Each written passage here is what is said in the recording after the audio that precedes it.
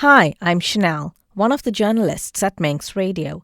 Welcome to the latest edition of Manx Radio Newscast. My name is Matt, and I am one of the lay members on the Autism Spectrum Condition steering group. I'm Jade Boylan. I'm the other lay member for the steering group. Right, now I understand April is a very important month. It's Autism Acceptance Month. Can you tell me, guys? Can you guys tell me about that? Yeah, I mean, I think the Isle of Man government are more pushing autism awareness, and for me, that is a little bit more important. I think we're behind maybe some of the other places in the world where autism is spoken about a little bit more. I think we're a little bit behind that on the island. So it is all about raising awareness of what autism is and how very different it is to the kinds of things that you get portrayed in the media, the likes of your Sheldon Cooper in The Big Bang Theory or Rain Man or any of that kind of thing. Doesn't really, to me, or like feel like me, or feel like anybody that I've ever spoken to that has autism. So it's about kind of raising awareness of autism, what autism is, and maybe the things that you know about autism might not be correct. Yeah, it's about, I think, fixing some of those really common misconceptions people often have. Not necessarily maliciously, but they have these misconceptions about autism or what it means to be autistic. And I think as well because April is traditionally, it's Autism Awareness and Acceptance Month. I think the terms are kind of a little bit interchangeable nowadays.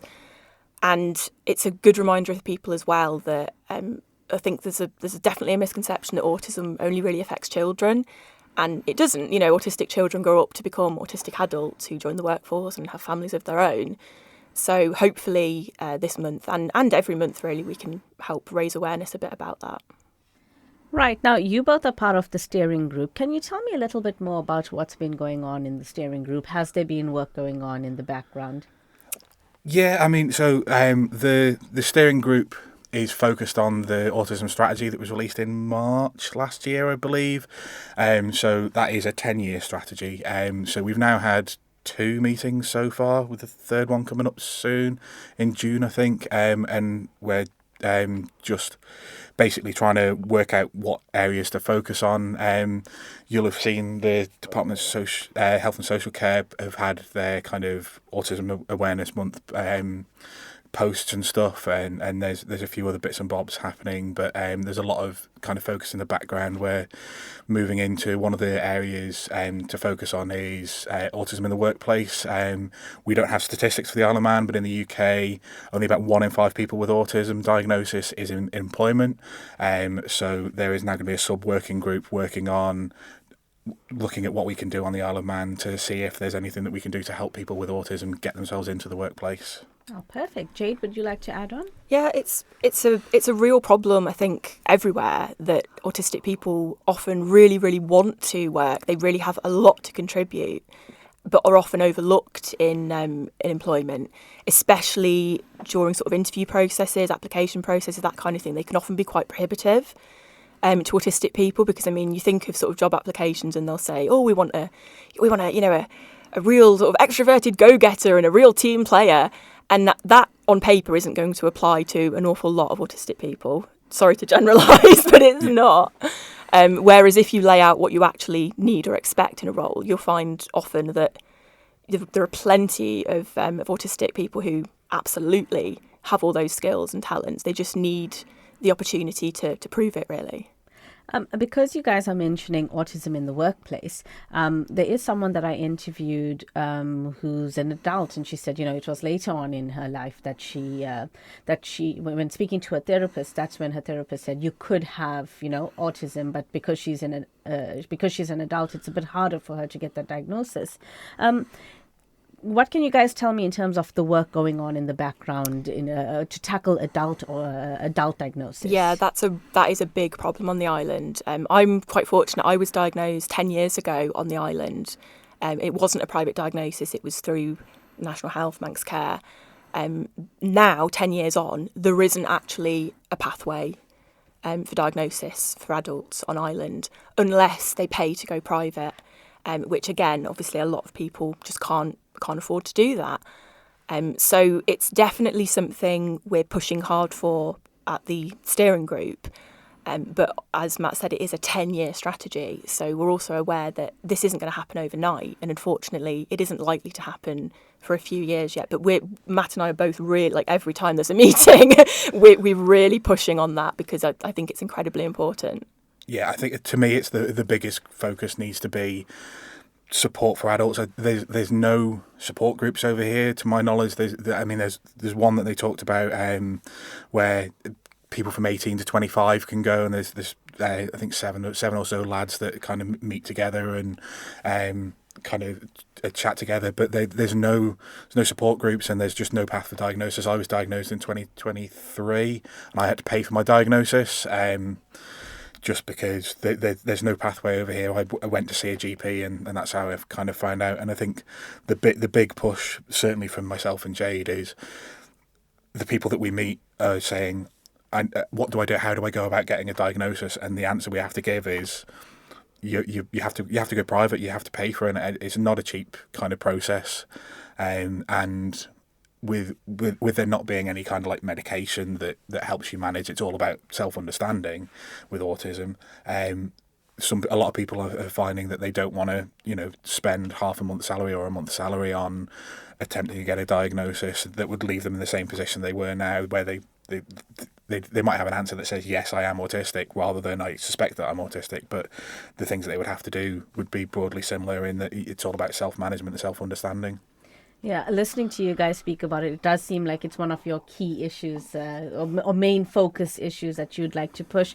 If I can refer back to this person, she said just getting that diagnosis or being told, yes, you are autistic, it will give her validation. I'm assuming you guys would have felt the same, going in and waiting for your results. And I'm sure that's what the feedback that you're getting from other people is. Yeah, I know for myself, when I found out 10 years ago, at the time I was in treatment for like severe depression, anxiety, that sort of thing, that had been going on for decades. And of course, it transpired that a lot of that, it didn't go away overnight, but it was massively a symptom of undiagnosed autism. And then it turns out ADHD as well. So for me, it was hugely, hugely validating. It was, I'd definitely call it a turning point in regards of my own sort of mental health struggles. Because I was told that, actually, you're not broken, your brain isn't broken or damaged, you're just wired a little bit differently. And that was really, really helpful. Would you like to add on? Yeah. I mean, for me, I had suspected that I was autistic for about 7 years and had kind of just gone about it in a way of understanding myself and kind of trying to manage that. I then I basically had been reading something that had said autistic people might struggle with sleep, which is something that I've always struggled with. And I found out that you can get melatonin, which is just your natural sleep hormone, but it's something that my brain doesn't regulate very well, and you can get that if you have a diagnosis of autism. So that's why I kind of sought it. And during that process, the psychiatrist that diagnosed me also said, do you know anything about ADHD? Which that was the kind of the shocker there. So I kind of had, yes, here's a confirmation that everything you suspected for the last kind of 7 or 8 years is right, but also here's a new thing to go and learn about that is very linked to autism. Like the crossover levels are quite high with ADHD and autism. Both of us have it, and I've got family members of my partner's family that have got both as well. And it was just kind of like a little bit of a shock to the system of going expecting one thing and the psychiatrist going, probably want to look at this as well.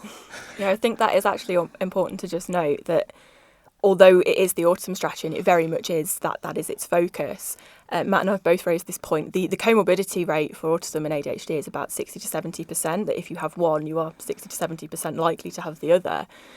So there's definitely a conversation to be had as well about whether this do we need a separate ADHD strategy? Does this need to somehow be brought in or go hand in hand with the autism one? I mean, that's definitely something I think for further down the line, but it's just important to note. That's very interesting. I know, Matt, at the start you said, it's been slow on the uptake in terms of, getting that awareness out. But do you feel over the past few years, maybe 3 or 4 years, there has been more of a light being shone on autism? Yeah, I mean, I think the kind of the big thing that happened for everybody was COVID. Everyone had to spend a lot of time at home learning about themselves in a completely new area. And I think a lot of people turned to things like social media because they didn't really have much to do. At the same time, you've got the boom of TikTok and that kind of people creating content on neurodiversity because they're slowly starting to understand we're in a world now that 15 years ago you couldn't get a diagnosis of autism if you had ADHD. Now we know it's so comorbid. We're in a world where all that information is kind of coming out, and the generations are kind of learning about themselves, and our learning is kind of constantly moving forward. And I think the fact that everyone was kind of just wanted something to do during COVID, sharing about themselves, people learning about themselves, learning about things that they may struggle with, things that they may find difficult. And I think that was kind of a big kind of kicker for people learning a lot about themselves. Yeah, I think there definitely has been, we have started to see good improvements in terms of awareness and acceptance, but there is definitely always a lot more to be done. And I think, again, sort of as Matt said at the start, a lot of it can come down to the media people consume. And if they've watched something or they've watched a kind of character portrayed in a certain way, and then they think, oh, well, all autistic people are like that. And actually they're not. You know, every autistic person is completely different. Everyone is unique, much like the rest of us, you know, the rest of the world. And I think that's why things like April, like Autism Acceptance Awareness Month, are so important to, I think, as I already said, to help fix a lot of those common misconceptions about autism. What would be your message to anyone listening to this interview when it plays out? For me, if you don't suspect that you're autistic, just learn about it. You'll find that one of your colleagues, one of your friends, somebody that you know, it's prevalent to the point where 1% of people have a diagnosis in the UK, but the suspected rate is nearer 4%. So you're looking at 1 in 25 people that is likely to have autistic traits, if not be autistic. Just spend 5 minutes just trying to understand what autism is and learning about how those people, their brains work slightly differently, and you know what you can do to accommodate those people. I think the biggest thing for me with autism is I see it as a disability, but I see it as a disability because society doesn't understand it, not because I can't do things. It's just people don't understand that my brain functions in a slightly different way. So just learning that people not everybody's brain works the same way. So you can just do a little bit to help and understand just with a little bit of research. I think I would probably say that, and sort of conversely to what Matt said, if you do suspect, sort of regardless of your age as well, look into it. You know, have a Google, read some articles. I wrote some articles for Jeff over the years about autism, so they're sort of all available online. But there are loads of great resources, like the Autism Society in the UK is a really good resource. I'd probably say stay away from things like Autism Speaks because they don't actually speak for autistic people. But there are some great resources out there, and although there might not be an easy path to diagnosis on Island, especially as an adult, I think if you feel like, I think a lot of people that look into this, they know themselves well enough to spot the signs and to maybe go, oh, actually, I think this, you know, this might explain a lot about me. And if you feel that the validation of that diagnosis would help you, then absolutely do seek that. Lauren, can you share your story with us, please? So I was first introduced to the idea of an ADHD diagnosis about 6 years ago when I, at the time, was seeing a therapist because I was really struggling with anxiety and stress and just coping with life. I was a flight attendant at the time, so my life was quite chaotic, I suppose. And after quite a few sessions, quite a few months of speaking to her, she said, have you ever thought about maybe you might have ADHD? And at the first, I was like, absolutely not, there's no way. And after I kind of spoke to her about, you know, the things that I was struggling with, and she was like, actually, I think that might be quite an accurate diagnosis for you. She was like, but obviously I can't do that for you. We need to speak to your GP, things like that. So I went to my GP. He agreed that that's probably something that we should consider for me. So he put me on the waiting list, which in the UK at the time, I think was about 3 or 4 years. It's gone up now. I think it's gone up to about 6 years, at least where I was living. And I moved to the Isle of Man about 1.5 years ago. And I went to my GP here and I said to her, can I just check while I'm here? Has my diagnosis, you know, the waiting list been transferred over here? And she said, well, you can't get a diagnosis here. And that was the first time I'd heard that. I had no idea.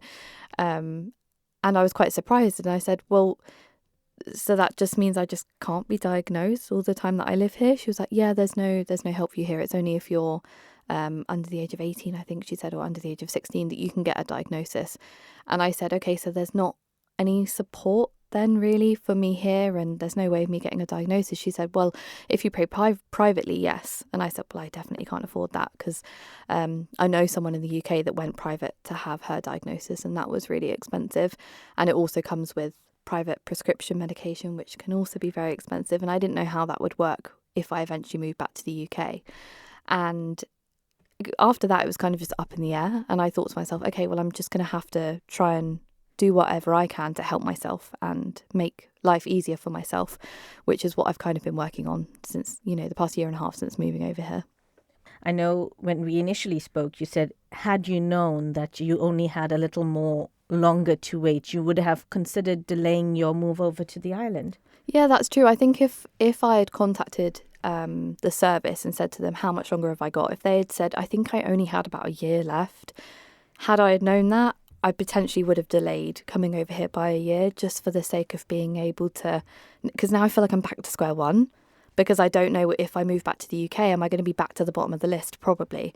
So it would have been worth it for me to stay there for another year to get the diagnosis, especially when you wait for so many years and you wait for so long and you feel really hopeful that you're going to get it and life's going to just become a bit more easier and you're going to feel a bit more validated. And for me, it definitely would have been worth waiting around for. But obviously it's hindsight. At the time, I had no idea. So unfortunately, I can't do anything about that now. But how vital is this service to you? As you're one person. There's so many others on the island. But how vital would this service be if it was available to you? I just think I would feel a bit more validated and life would feel a bit more easier. And I feel like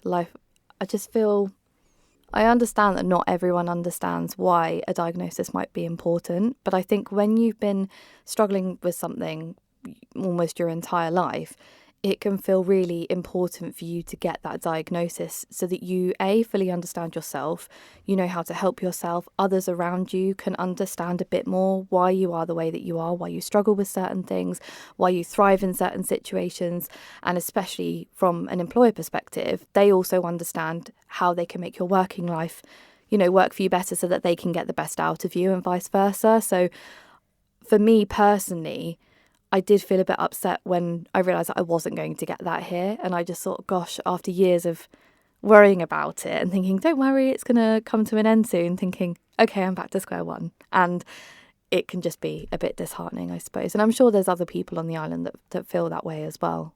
Now, I know we have quite a number of charities on the island, a lot of people that help people with autism support and things like that. Have you tried to reach out to them? I know you said that you try and do lots of researching online to help you with whatever situation you need. Yes, so I found a couple of Facebook groups that are really helpful, and they're especially great in giving suggestions for if you're struggling with something, say, for example, time management or emotional regulation, things like that. They can say, well, this is what's worked for me, or I pray privately and this was the advice that they gave to me on how best to deal with that, and just kind of sharing friendly advice.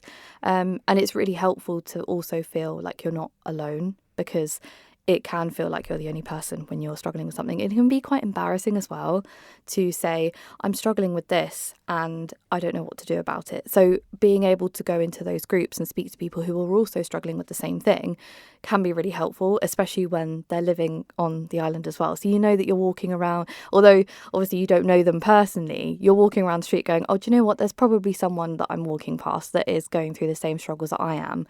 And it just makes you feel a little bit better about yourself. Right. What would you like to see being happen, or what would be your message to Manx Care or the Department of Health and Social Care? I suppose I would say that I understand that you can't help everyone. There isn't the funding to help everyone with everything. I completely understand, and I know that in the list of priorities, this isn't a top priority.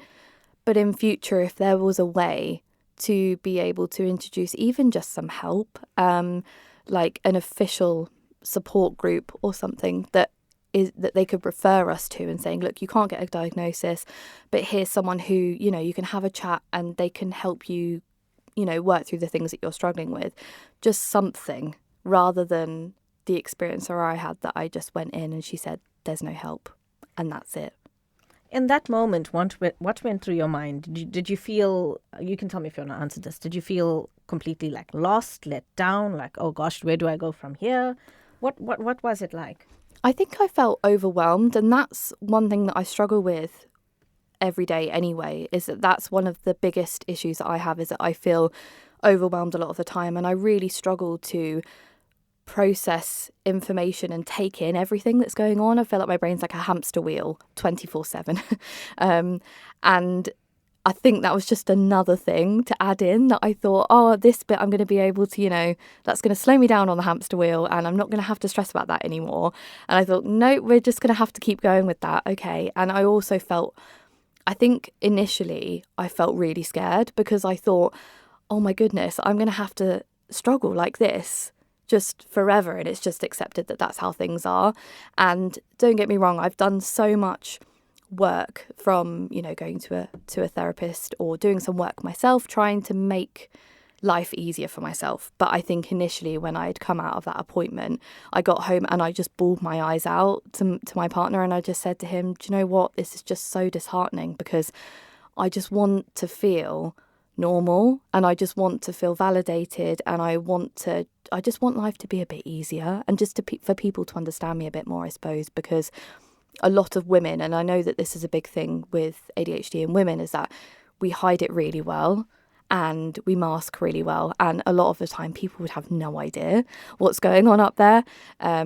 I think it's only people who spend a lot of time around you. So say, for example, Tony in my office, he knows, because he spends so much time around me. He can tell when I'm feeling really overwhelmed and I'm having a bad day and I'm really struggling, same as my partner. And so that makes me feel good. But I think day to day, it can just feel a little bit, I don't know, you just feel a bit lost, I suppose. Yeah. How do you take each day? Can one day be harder than another day, and another day be much more easier and more comfortable and just goes with the flow, kind of? Absolutely. I definitely feel like, and I know this is the same with a lot of the women, that our hormones can affect how much clarity we've got and how much energy we've got, and also just in terms of what your day-to-day life is like. So say, for example, if something new is introduced in my life, like a new hobby or a new project, I can get so fixated on it and I will work on it so hard that I kind of don't really eat properly, or I won't sleep because I'm so focused on it, which can be good in terms of, I love that part about myself, that I can be really creative and I can be really passionate about something. But then the following week, I will be absolutely burnt out because I've not taken care of myself for the whole week. So I definitely feel like some days my brain just feels a lot calmer and I'm able to deal with things a lot better. And other days, if it's been a knock-on effect of having a really busy week, I feel like I just need to sit in a room by myself and just not talk to anyone and just completely I always say, like, recharge my batteries and just kind of get that back, because I feel like I've been on the go so long, like the second I wake up until the second I go to sleep, that I can just feel burnt out. So I definitely feel like it has peaks and troughs of, it can be really normal for a little while and then it can be a little bit crazy, and then I can feel better and then I can feel tired, and I just kind of go with the flow now. I kind of accepted that about myself, at least. I think my last question would be, and I think you addressed this right at the start. So we're talking about the difficulty of getting a diagnosis in your later adult years. I'm not sure if you addressed this earlier. Was it something that autism, was it something that you noticed crept up a little bit later on? That's why you didn't get seen to as a child, or? I think when I was a child, I was really shy. And I know that at the time they had tested me for, I think it was dyslexia that they tested me for. I probably should try and get in contact with my old school and ask them, what was the reason that you tested me for that? What kind of symptoms was I showing that made you think that because I was obviously struggling at school. And I just became very reserved and very quiet and very shy. And then as I kind of moved to university, that was a massive change. I really struggled with that. And change is always something that I've really struggled with my whole life anyway, especially big changes. It takes me months and months, even like moving to the island. I struggled with that so much. I felt like it took me about 6 to 9 months just to adjust. And as I moved from university into full-time work, it just felt like through the next stages of life, it just felt like it got harder and harder. I felt like when I was at school, that was kind of the only thing I had to think about, so it was fine. Then we introduced a job, like a part-time job. It got a bit harder. Then university, then a full-time job. And it just felt like by each stage of life that I was going on, life just felt like it was getting harder. And I thought, but I'm an adult. I should be able to, this is what I kept always saying to myself, I should be able to deal with this. I should be able to not struggle. And I think that's when I was like, maybe I should go and talk to a therapist and just see, is it me? Is it my environment? Like, is it something that I need to change in my life? And that's how that whole conversation had kind of come about. And it wasn't just a case of, oh, I've struggled with this job I'm currently in. It was actually, I've struggled my whole life, and it just has shown in different ways through different stages of my life. Anything you want to add or say? I think the one thing that I would add is that I understand for a lot of employers that a diagnosis is also important so that they know how to make the environment for their employees work for them. And I know that in the UK, you can have reasonable adjustments to your workplace. So say, for example, if you are able to focus better, if you're in a little room by yourself and it's quiet, or if you need headphones to listen to, classical music or something to help you concentrate. I have friends that find that really beneficial for them. And I think it would break the stigma a bit. Instead of going, that person's a really difficult employee, it would say, okay, well, that employee has ADHD. Here's what we can do to help them. And now they're thriving and it's benefiting everyone. So I just think that it would help everyone in the long run if this service was able to help more people and just help us more than what's on offer at the moment. Hi, I'm Joney Faragher. I'm a member of the House of Keys for Douglas East and leader of the Manx Labour Party.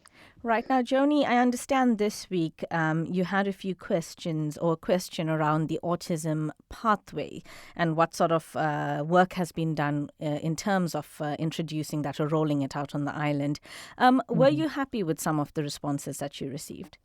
Well, I think some of it was good. So it's good that we have a commitment to bring a members briefing so that we can all get more information around this.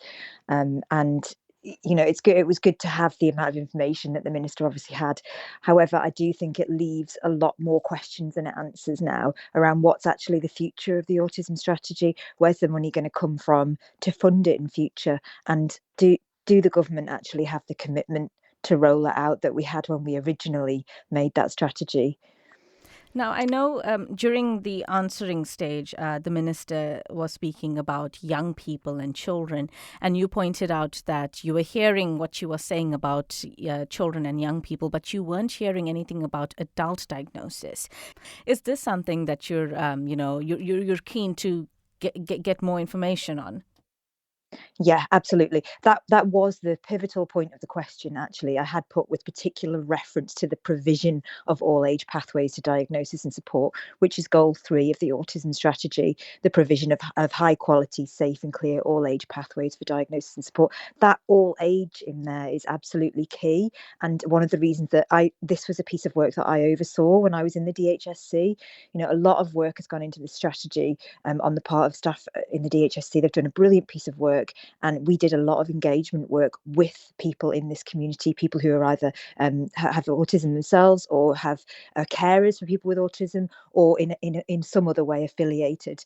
And when you sit and listen with people in this community, you do have to accept and appreciate and acknowledge that they have been underrepresented in the past and that there haven't necessarily been the provision there that's needed. And one of the fundamental core things that we needed to address with the strategy was that there isn't a pathway for adults to get diagnosed on the Isle of Man unless they go private to the cost of absolutely thousands, which obviously is not giving us any parity for people who aren't financially as able as some people who aren't financially as able as others, which is unjust and inequitable.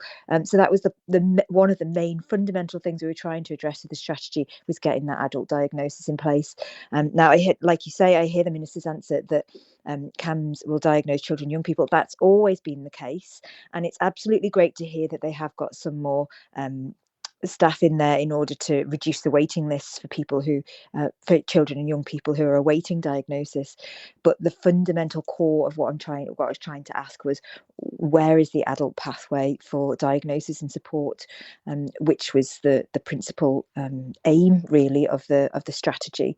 And there was unfortunately no information about that whatsoever. It seems like that hasn't moved forward at all, which is really disappointing. Have you had? I think next month, April, is Autism Awareness Month. I could be wrong. Please correct me if I am. But have you had any adults, contact you or reach out to you and ask you what's going on in terms of the strategy, knowing that you are a former DHSC member as well? Yeah, I have had plenty. That was where the question came from. There are sort of small number of people who regularly contact me, and I have had a couple of constituency specific queries recently, because at the time of the launch of the strategy, the autism strategy, I was quite vocal about this will be really great for the community, and I do feel a responsibility on me to make that strategy into something that's tangible and meaningful and improves the lives of people in that community. And I'm not seeing it at the moment. I think the minister does seem to have a commitment to it, and maybe this will work to raise her awareness within the department, that she needs to kind of have her eye on this and ensure it's being rolled out, and that resources being allocated to it. But right now, as it stands, it doesn't feel like it's moved very far from its launch this time last year, unfortunately. Yes, and correct me if I'm wrong again. I think it was a year ago, March last year, Yeah. when the strategy was launched. As the person who was quite heavily involved in it, looking back, would you have thought a year ago? Would you have thought that this would have been the case, or would you have thought that there would have been a bit more done a year on from releasing that strategy? Yeah, I mean, I'm disappointed that there hasn't been more done, and I really would have thought that it would have been, driven more forward. And I don't want to. The responsibility is not all on the new political team.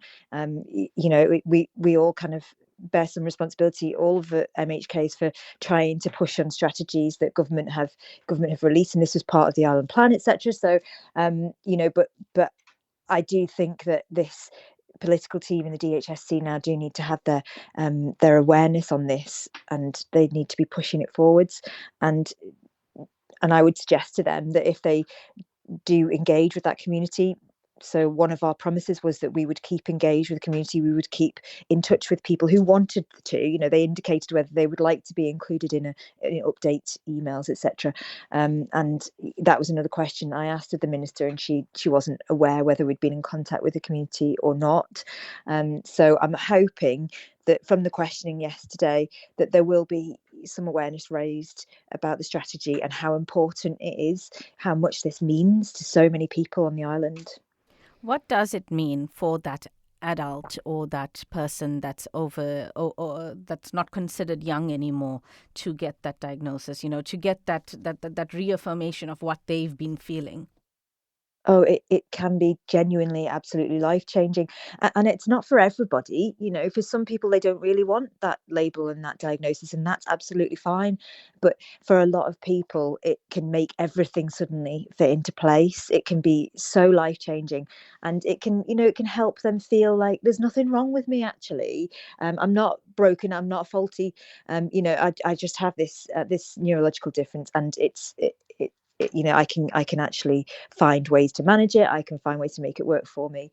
And in terms of the strategy, that's what we built the 6 goals of the strategy around, with, like I've mentioned, the sort of fundamental core one being this diagnosis for all ages. All of the other goals will flow out of that. And if we could get those 6 goals embedded in our community, it would just be it would be so radically life-changing for people in this community, and it wouldn't affect anybody else. It wouldn't harm it or get in the way of anybody else, but it would be very drastically life-changing for so many people. Right. I think my last question is, if I can put this to you, there is a member of there's a lady that I've interviewed recently, and she moved over from the UK about 2 years ago or so. And she said that when she was in the UK, she was on the list, and I think she was in the top 200 or of that list, so which means she was going to be seen to quite soon. But she moved over to the island. And during the interview, she said that when she moved over, she was told by her GP that she now, she's not on that list anymore, and she can only get a diagnosis privately, which costs a lot of money. And one of the things that she said was, I wouldn't have moved to the island. I would have delayed my move had I known that I would. It means that I have to drop out of the list. I don't know if you'd like to respond to any of that. Gosh, well, first of all, I mean, it's absolutely devastating for that person, and I'm so sorry for them that they've had that experience. And this is something that I think the Council of Ministers and everybody, everybody on the island, all of the MHKs and all of the populace need to listen to what people are saying here. We don't even have the same kind of fairly low bar that the UK has in terms of this issue, and in terms of obtaining a diagnosis and support for having a neurodivergent condition. That's completely unacceptable. And if we do want people to move over here, to think of our island as somewhere that they would like to live, these things are absolutely basic. We need to get this sorted out, and we need to get it sorted out really fast. Thank you for making it to the end of the Manx Radio Newscast. You are obviously someone with exquisite taste. May I politely suggest you might want to subscribe to this and a wide range of Manx Radio podcasts at your favourite podcast provider, so our best bits will magically appear on your smartphone. Thank you.